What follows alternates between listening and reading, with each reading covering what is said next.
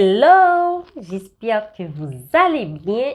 Aujourd'hui, je suis très contente de vous apporter ces quelques astuces qui peuvent vous aider à être des femmes épanouies dans votre vie.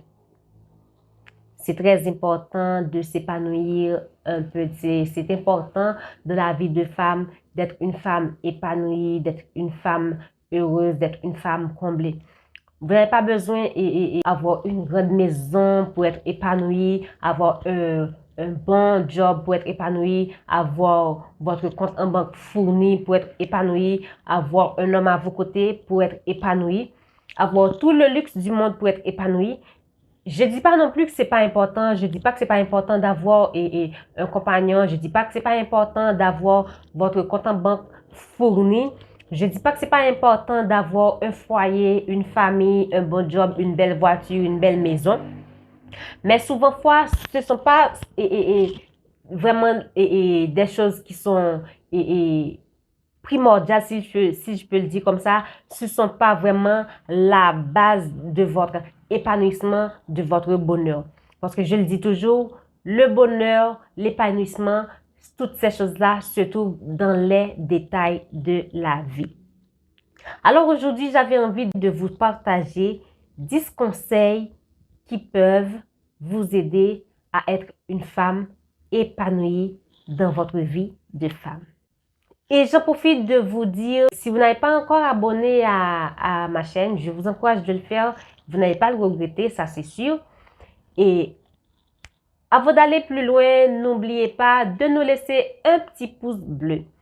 Et si vous voyez à la fin, vous avez appris pas mal de choses dans cette vidéo, n'hésitez pas de nous laisser un petit commentaire. Ce serait gentil de votre part. Alors, c'est parti. Premier conseil pour être une femme épanouie dans sa vie, savoir s'organiser. Savoir s'organiser, c'est le fait d'avoir, par exemple, si je peux le dire comme ça, de faire un to-do list ou de bien planifier les choses. Vous pouvez aussi tenir un journal et de bien planifier les choses. Voilà, je me lève par exemple, à 7 heures, je fais le petit déjeuner, je prépare les enfants, je fais ci, je fais ça. Vous notez tout ce que vous avez à faire durant la journée ou durant la semaine. Ça va dépendre de comment vous planifiez votre semaine, de comment vous planifiez votre quotidien. Donc, il est important de savoir s'organiser. Par exemple, si vous êtes une personne qui n'aime pas organiser sa journée, qui n'aime pas organiser sa vie, pourquoi pas, et que ça va tout chambouler. Par exemple, imaginez-vous, vous avez rendez-vous à 10 heures. Le fait que vous n'avez pas organisé votre journée, vous avez raté ce rendez-vous-là. On dit que vous êtes en retard parce que vous devriez passer déposer les enfants. Donc, pourquoi vous êtes en retard? C'est parce que vous ne vous levez pas très tôt. Je devrais être au rendez-vous à 10 heures. Donc, avant de me rendre au rendez-vous, je suis par exemple passée au salon de beauté ou au supermarché. Donc, par contre, si j'organisais ma journée, j'aurais pu faire, ok, et je me lève, je prépare le petit déjeuner, je dépose les enfants, je vais au rendez-vous, en sortant du rendez-vous, voilà, je vais faire les courses. Ce serait bien, mais par contre, vous faites les choses en désordre. Donc, savoir s'organiser, c'est savoir bien faire les choses. Ce que vous devriez faire, procurez-vous un journal, c'est très important, et essayez de mieux vous organiser. Essayez de mettre des limites, des heures sur tout ce que vous avez à faire. Par exemple, vous dites que, ok, 7 heures, 8 heures, la lecture, 8 heures, 9 heures, je fais ça, 9 heures, 10 heures. Essayez de vous organiser. Je ne dis pas que vous allez respecter tout ça, 7 sur 7, 24 sur 24, mais je pense que le fait de vous donner cette habitude-là, ça va finir par devenir naturel. C'est pas facile, surtout si vous n'avez pas cette habitude de vous organiser votre journée, de tout préparer à la lettre. Vous allez de temps en temps violer et quelques règles. Vous allez de temps en temps passer à côté de certaines choses. Mais je pense que c'est important de savoir s'organiser. Si pour le faire, il vous faut un carnet ou un journal, alors procurez-vous un carnet ou un journal et faites votre programme. Comme ça va vous aider à bien gérer votre temps et à brûler moins de calories et à manger moins votre énergie. Parce que mal s'organiser, ça peut aussi manger votre énergie. Je ne sais pas si vous avez déjà vu ma vidéo sur les choses qui peuvent manger votre énergie. C'est sur Parfaire son monde. Vous pouvez toujours aller regarder cette vidéo et je vous assure que vous allez apprendre pas mal de choses sur les choses qui peuvent manger votre énergie. Et ne pas bien s'organiser fait aussi partie du lot. Deuxième conseil, c'est arrêter de culpabiliser. Je sais que vous ne pouvez pas vous empêcher sur le coup. Mais après, stop. Arrêtez de vous culpabiliser parce que non seulement ça va manger votre énergie, ça va aussi vous priver de votre épanouissement. Donc, si vous voulez vous épanouir et cette journée, cette semaine, si vous voulez que votre vie soit épanouissante, si vous voulez que votre vie dégage des énergies positives, alors évitez de culpabiliser. Vous avez fait quelque chose de mal, je ne sais pas, vous avez mal parlé à quelqu'un, vous avez raté une opportunité, je ne sais pas, peu importe la chose qui vous rend vulnérable, cette chose qui vous culpabilise, évitez. Pour éviter tout ça, qu'est-ce que vous pouvez faire? Essayez de vous pardonner. Donc, souvent, c'est facile de pardonner à quelqu'un d'autre, mais quand c'est nous, c'est difficile de nous pardonner. Alors, tout comme c'est facile de pardonner à quelqu'un, donc essayez aussi de vous pardonner. Donc, une fois que vous essayez de vous pardonner, vous passez à autre chose, vous allez plus ou vous allez moins culpabiliser. Donc, c'est important d'éviter de culpabiliser parce que ça va vous priver de votre épanouissement, de votre joie, de votre bonheur, de votre bonne humeur. C'est très important. Troisième conseil, savoir lever le pied. Savoir lever le pied, c'est quoi? C'est le fait de ralentir un peu. C'est le fait de diminuer sur vos actions. C'est le fait de savoir se ménager, si je peux le dire comme ça. Il est important de savoir prendre une pause. C'est important. Vous êtes en train de vous fatiguer, vous êtes par-ci, par-là, à droite, à gauche, vous faites des choses qui vous dépassent, vous faites 10 et 1000 choses à la fois, vous vous fatiguez, vous n'avez pas le temps de vous reposer, vous n'avez pas le temps de souffler. Donc, je vous le dis, prenez une pause. C'est très important. Diminuez sur ce que vous faites. Donc, vous avez 10 choses à faire. Faites-en 5. Je ne suis pas en train de vous demander de procrastiner, mais faites-en 5 parce que lorsque vous prenez une pause ou lorsque vous diminuez les choses, vous vous ménagez un peu, ça aide à votre performance. Ça va vous rendre performant. Si vous êtes fatigué, vous n'avez plus le moral, par exemple, vous devriez remettre un dossier ou un projet. Vous n'avez plus le moral, vous êtes fatigué, c'est sûr que vous ne serez pas performant. Mais par contre, si vous levez un peu le pied, ça va vous aider. Donc, essayez de diminuer les choses, essayez de vous ménager un peu. C'est très important.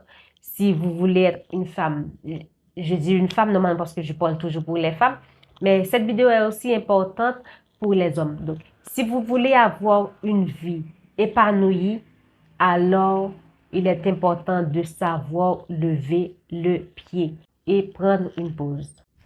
Quatrième conseil, c'est penser à soi. Penser à soi, c'est quoi? C'est penser à vous, à ce que vous voulez pouvoir, ce que vous avez envie. C'est passer du temps avec vous. C'est faites-vous plaisir. Par exemple, qu'est-ce que vous pouvez faire pour montrer que vous pensez à vous? Vous décidez de vous offrir quelque chose. Vous décidez de passer du temps en votre compagnie. Je ne sais pas. Et vous lisez peut-être un livre, vous regardez peut-être un film, vous vous faites masser les épaules, les pieds, vous vous rendez au spa, vous prenez une bonne douche, vous prenez un bain moussant, peu importe. Vous pensez à vous, vous prenez du temps pour vous. Ça, c'est votre temps. Je ne sais pas, vous pouvez faire tout ce que vous voulez durant ce temps-là, mais c'est à vous. Lecture, balade, et vous amuser, et danse, repos, c'est votre temps. Alors, passer du temps avec soi, c'est très important. Passer du temps avec vous-même, ça va vous aider, ça va vous rendre épanoui et puis ça va vous aider à rétrospecter un peu lorsque vous êtes seul ou introspecter un peu aussi, pourquoi pas. C'est très important. Lorsque vous passez du temps seul en votre compagnie, pensez aussi à introspecter ou rétrospecter un peu. Je ne dis pas que c'est obligatoire, mais si vous avez envie, pourquoi pas?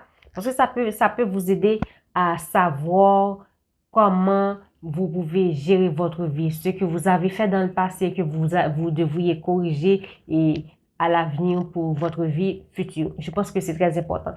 Sinon, j'ai fait une vidéo sur la rétrospection et aussi une vidéo sur l'introspection. Donc, si ça vous intéresse, je vous encourage de les regarder. C'est sur cette chaîne YouTube. Vous allez apprendre pas mal de choses. C'est très important. Cinquième conseil, c'est prendre soin de son corps. Faites attention à votre image. Prendre soin de son corps, je pense que dans le quatrième conseil, je l'ai un peu soulevé.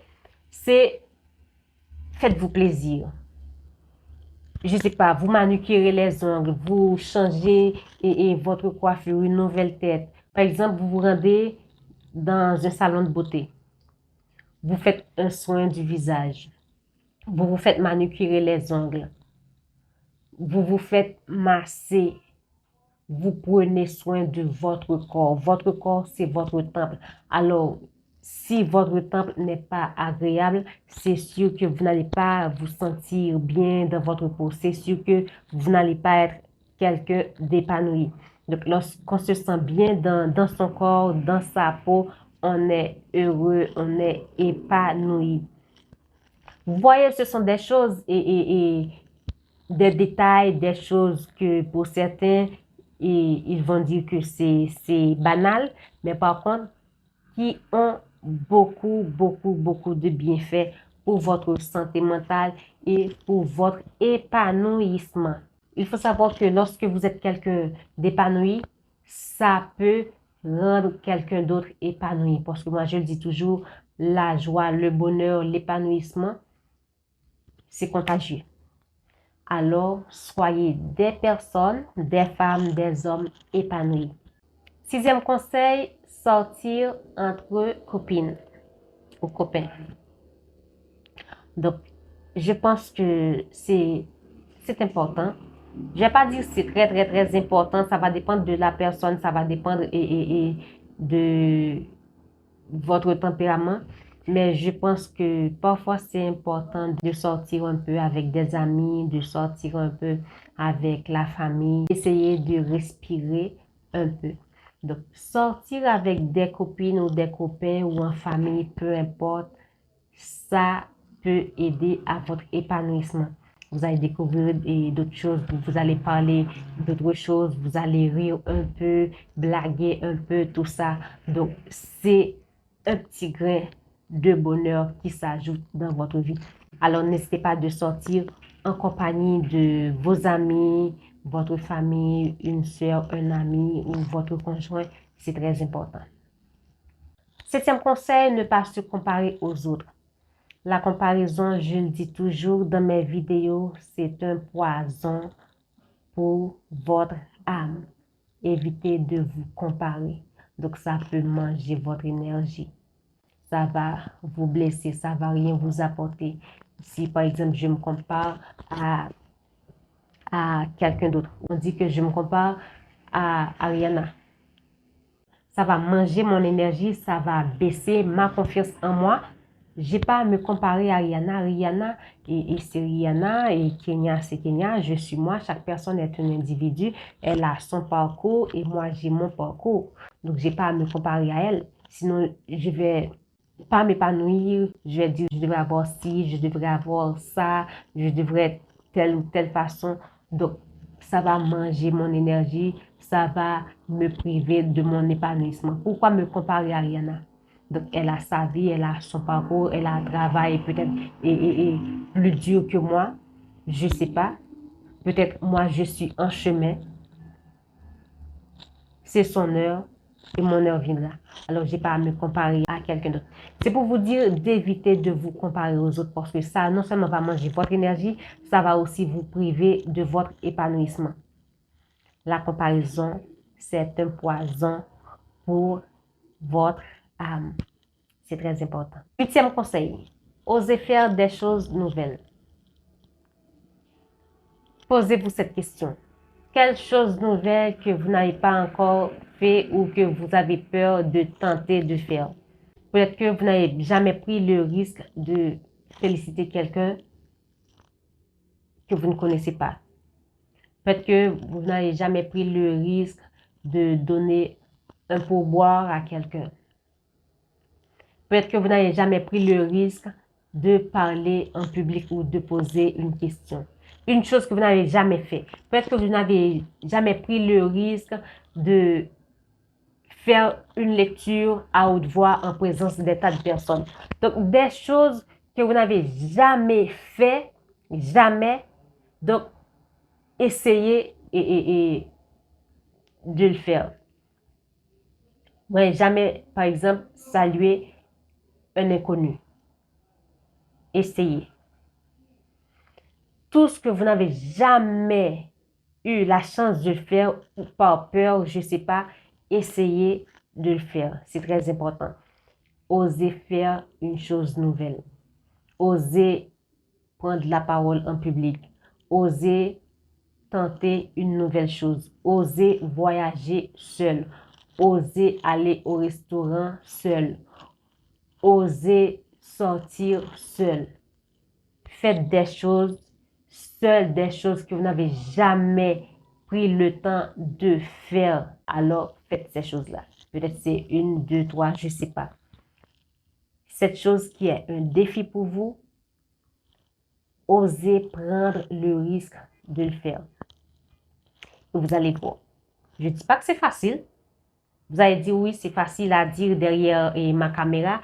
Je sais que ce n'est pas facile, mais normalement, toute chose demande des entraînements. Je fais une première fois, je fais une deuxième fois, je fais, voilà, une fois, je me sens à l'aise et voilà, ça va devenir naturel. C'est pas facile, ça va pas se faire du jour au lendemain, mais il faut essayer. C'est très important. Vous pouvez commencer par saluer un étranger. Vous pouvez commencer par féliciter la caissière. Vous pouvez commencer par féliciter quelqu'un, je ne sais pas si cette personne-là a bien parlé ou a bien fait quelque chose. Faites des choses nouvelles. Ça va vous aider, ça va vous rendre heureux, heureuse, ça va vous rendre épanoui. C'est très important. Parce que lorsqu'on fait une bonne action, ça nous rend heureux. Et les choses qui nous font du bien, ça active les hormones du bonheur. Alors, profitez-en pour activer vos hormones du bonheur. Neuvième conseil, s'accepter tel que l'on est. Lorsqu'on s'accepte tel que l'on est avec nos défauts, nos qualités et nos imperfections, parce que nul n'est parfait, avec nos rondeurs et tout ça, Donc, on va se sentir bien dans sa peau. Par exemple, vous êtes ronde. On vous colle des étiquettes, vous êtes ronde, trop de gras, patati, patata, des tas de choses. Dites-vous que c'est eux qui ont un problème à votre grosseur. Vous n'avez pas de problème à votre grosseur. Donc, ou peut-être si dans votre tête, vous avez un problème à votre grosseur. C'est à vous de savoir quand travailler sur ça. C'est pas aux autres de vous pointer du doigt, de vous coller des étiquettes pour vous dénigrer et pour vous faire vous sentir inférieur à eux. Donc, c'est à vous de voir tout ça. Alors, il est important de s'accepter tel que l'on est, de s'aimer. Vous dites que voilà, je dois m'accepter comme ça, je dois m'accepter avec mes cheveux longs ou mes cheveux courts, je dois m'accepter avec mon nez pointu ou mon nez plat, mes lèvres pulpeuses. Je m'accepte tel que je suis. Donc, pour pouvoir faire tout ça, il faut travailler son estime de soi. Donc, souvent fois, si vous avez votre estime de soi et à zéro, ça arrive, c'est sûr que ça va vous affecter, ça va vous déranger, ça va vous anéantir. Alors, travaillez d'abord votre estime de soi, aimez-vous tel que vous êtes, avec vos défauts, vos qualités, et comme ça va vous aider à vous accepter tel que vous êtes. Et lorsque les autres vous collent des étiquettes, ça va pas vous anéantir, ça va pas vous déranger, quoi. Donc, souvent fois, les personnes qui vous collent des étiquettes ont des problèmes, peut-être des problèmes personnels ou des complexes. Et voilà, ils n'ont aucune façon de se défouler que sur vous. Donc, si vous vous laissez envahir par tout ça, si vous prenez tout ce que les autres disent comme acquis, et voilà, ils ont gagné. Alors, acceptez-vous tel que vous êtes. Je ne dis pas non plus s'il y a des choses qui peuvent, qui peuvent s'améliorer, si vous pouvez améliorer des choses pour votre bien, pour vous sentir bien dans votre peau, faites-le, mais faites-le pour vous-même, pas pour les autres, pour vous. 10e et dernier conseil, s'apprivoiser. Il est important de vous apprivoiser, d'essayer de vous conquérir, de mieux vous connaître, d'essayer et de vous adoucir un peu. S'il y a quelque chose qui demande d'être amélioré, je ne sais pas, chez vous ou dans votre comportement, dans votre physique, faites-le. Il est important de s'apprivoiser, il est important d'essayer de mieux se connaître. Mieux se connaître, c'est connaître ce que vous aimez, ce que vous n'aimez pas, vos forces, vos faiblesses, vos valeurs et tout le tralala. Alors, le fait de vous apprivoiser un peu, ça va vous aider non seulement à mieux vous connaître, ça va vous rendre épanoui. Ça contribue aussi dans votre épanouissement. Parce que qui n'aurait pas aimé être quelqu'un de sociable? Je pense que c'est peu les personnes qui s'en foutent de ne pas être des personnes sociables. Donc, autant, alors, c'est important pour vous d'être une femme épanouie, une femme sociable, une femme qui est douce. Alors, il est important de s'apprivoiser. C'était tout pour aujourd'hui. J'espère que ces 10 conseils vont vous aider à être une femme épanouie dans votre vie de femme. Je vous dis à la prochaine pour une nouvelle vidéo. Bye bye, mesdames.